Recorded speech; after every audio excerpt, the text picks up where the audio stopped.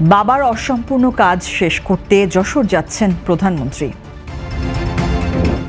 টঙ্গীতে ঘরে ছেলের রেল লাইনের পাশে মিলল বাবার মরদেহ। কুমিল্লায় নয়ন স্বপন গ্রুপের সংঘর্ষে আহত ৩০ জন। কর্মসংস্থান ছাড়া অনুদান দিয়ে পরিবার টিকিয়ে রাখা সম্ভব নয় বললেন ত্রাণমন্ত্রী। টেকনাফে ৭৫ লাখ টাকার ইয়াবা জব্দ। আমন্ত্রণ জানাচ্ছি বাংলাদেশ প্রতিদিন সারা দেশে সব খবরে। এতক্ষণ শুনছিলেন শিরোনাম, এবারে বিস্তারিত। প্রধানমন্ত্রী তারেক রহমান আগামীকাল যশোর সফরে যাচ্ছেন। সরকার গঠনের পর এটি তার প্রথম যশোর সফর। সফরসূচিতে শার্শার জিয়া খাল খনন কর্মসূচি ও যশোর মেডিকেল কলেজের ৫০০ শয্যার হাসপাতালের উদ্বোধন রয়েছে। এছাড়া বিকেলে শহরের ঈদগাহ ময়দানে এক জনসভায় অংশ নেবেন তিনি। প্রধানমন্ত্রীর আগমনকে কেন্দ্র করে যশোর শহরে জোর প্রস্তুতি চলছে। জনসভাস্থল সহ বিভিন্ন পরিদর্শন এলাকায় সাজসজ্জার পাশাপাশি নেওয়া হয়েছে কড়া নিরাপত্তা ব্যবস্থা। স্থানীয় বিএনপি নেতারা মনে করছেন এ সফরের মাধ্যমে যশোরে উন্নয়ন ও সম্ভাবনার নতুন দিগন্ত উন্মোচিত হবে। গাজীপুরের টঙ্গীর বনমালা এলাকায় এক হৃদয় বিদারক ঘটনায় বাবা ও ছেলের মরদেহ উদ্ধার করেছে পুলিশ। ২৬ এপ্রিল রোববার ভোরে বাড়ির ভেতর থেকে ছেলে এবং রেল লাইনের পাশ থেকে বাবার মরদেহ উদ্ধার করা হয়। নিহতরা হলেন মোহাম্মদ সোহেল হোসেন ও তার ছেলে সাকিব হোসেন। সাকিব উত্তরার একটি বেসরকারি কলেজের একাদশ শ্রেণীর ছাত্র ছিলেন। স্থানীয় সূত্রে জানা যায়, পরিবারের আর্থিক সংকটের মধ্যে মা মারা যাওয়ার পর সাকিব লেখাপড়ার পাশাপাশি চাকরি করতেন। শনিবার মধ্যরাতে নিজ ঘরে সাকিবের মরদেহ পাওয়া যায়। পরে বাড়ির পাশে রেল লাইনের পাশে বাবার মরদেহ উদ্ধার করা হয়, যা ট্রেনে কাটা অবস্থায় ছিল বলে জানা গেছে। খবর পেয়ে টঙ্গী পূর্ব থানা পুলিশ মরদেহ দুটি উদ্ধার করে ময়নাতদন্তের জন্য গাজীপুর শহীদ তাজউদ্দিন আহমদ মেডিকেল কলেজ হাসপাতালে পাঠায়। এ ঘটনায় বড় ছেলে মোহাম্মদ সোহানকে জিজ্ঞাসাবাদের জন্য হেফাজতে নেওয়া হয়েছে। কুমিল্লা নগরীর দক্ষিণ চরথা এলাকায় আধিপত্য বিস্তারকে কেন্দ্র করে দুই গ্রুপের মধ্যে টানা ৩ দিন ধরে ভয়াবহ সংঘর্ষের ঘটনা ঘটেছে। সংঘর্ষে গুলির ঘটনা, হামলা ও পাল্টা হামলায় পুরো এলাকা রণক্ষেত্রে পরিণত হয়েছে। এ ঘটনায় অন্তত ৩০ জন আহত এবং ২ জন গুলিবিদ্ধ হয়েছেন।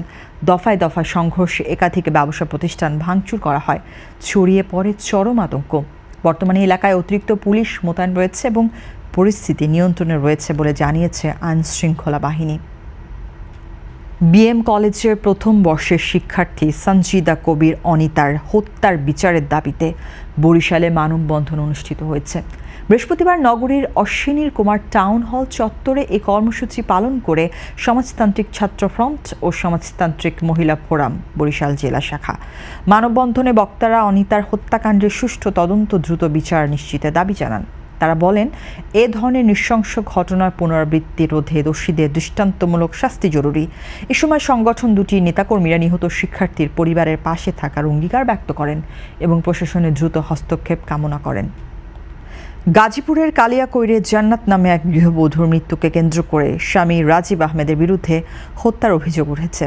রোববার সকাল 7:30টার দিকে উপজেলার মধ্যপাড়া ইউনিয়নের বান্দাবাড়ি এলাকায় এই ঘটনা ঘটে।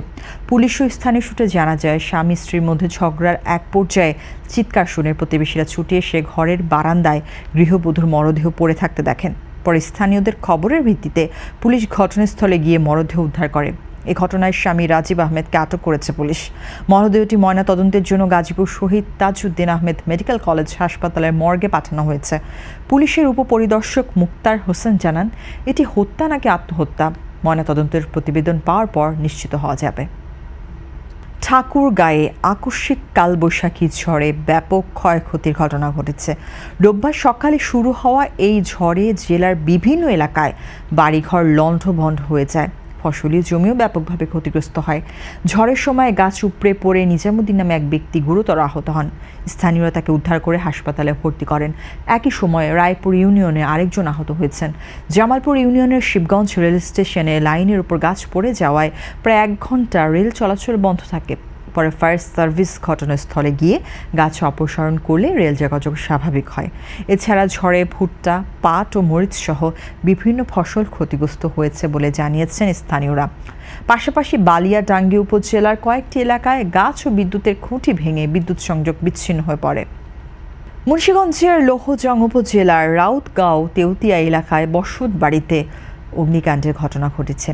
তবে ফায়ার সার্ভিসের দ্রুত ও কার্যকর পদক্ষেপে বড় ধরনের ক্ষয়ক্ষতি থেকে রক্ষা পেয়েছে আশপাশের বসতঘরগুলো। মোহাম্মদ জিতু শেখের বাড়িতে আগুন লাগে।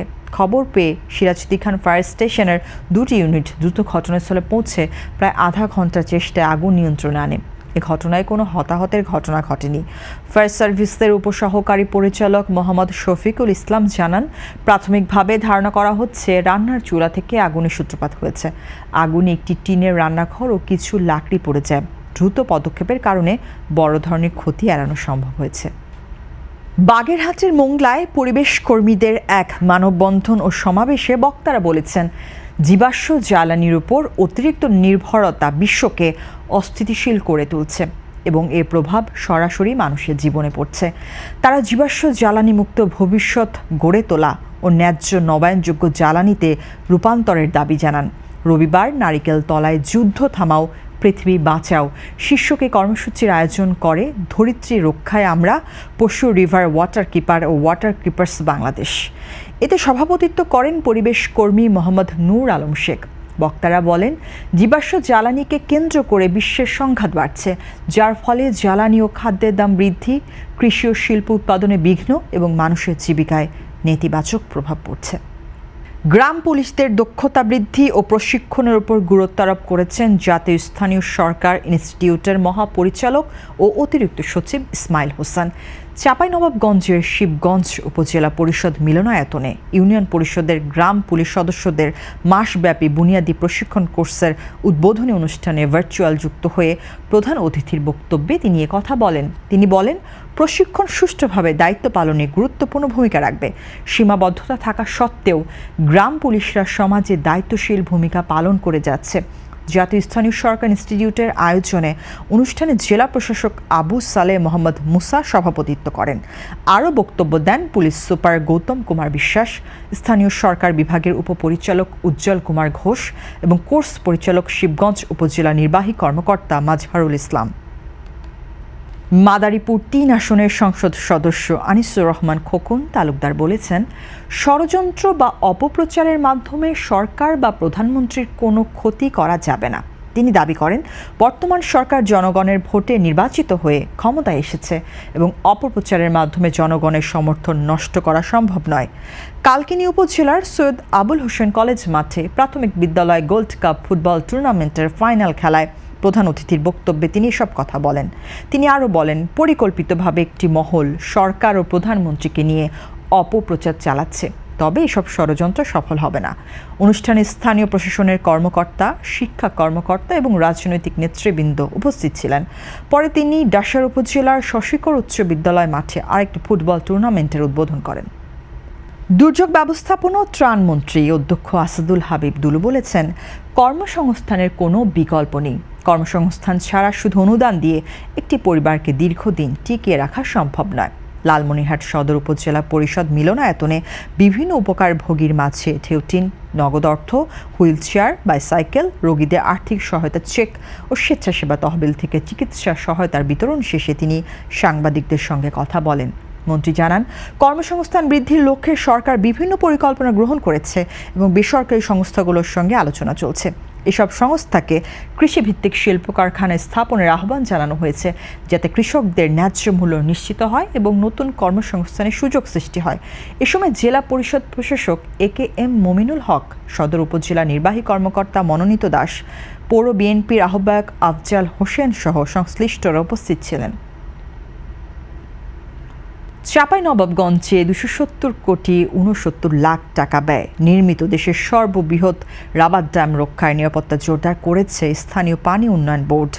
চাঁপাইনবাবগঞ্জ পানি উন্নয়ন বোর্ডের নির্বাহী প্রকৌশলী আহসান হাবিব রাবার ড্যাম পরিদর্শন করেন। এ সময় তিনি ড্যামের আশেপাশে সচেতনতামূলক ব্যানার ও ফেস্টুন টানানোর উদ্যোগ নেন এবং স্থানীয়দের ড্যামের উপর উঠে গোসল না করার আহ্বান জানান।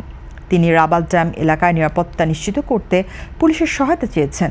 স্থানীয়দের সঙ্গে আলোচনা করে জনসচেতনতা বৃদ্ধির উপরও গুরুত্ব আরোপ করেন তিনি। উল্লেখ্য, চাঁপাইনবাবগঞ্জ শহরের রেহাইচর সংলগ্ন মহানন্দা নদীতে 2021 সালের 11 নভেম্বর রাবার ড্যাম প্রকল্পের কাজ শুরু হয়। এবং গত বছর থেকে এটি চালু হয়েছে।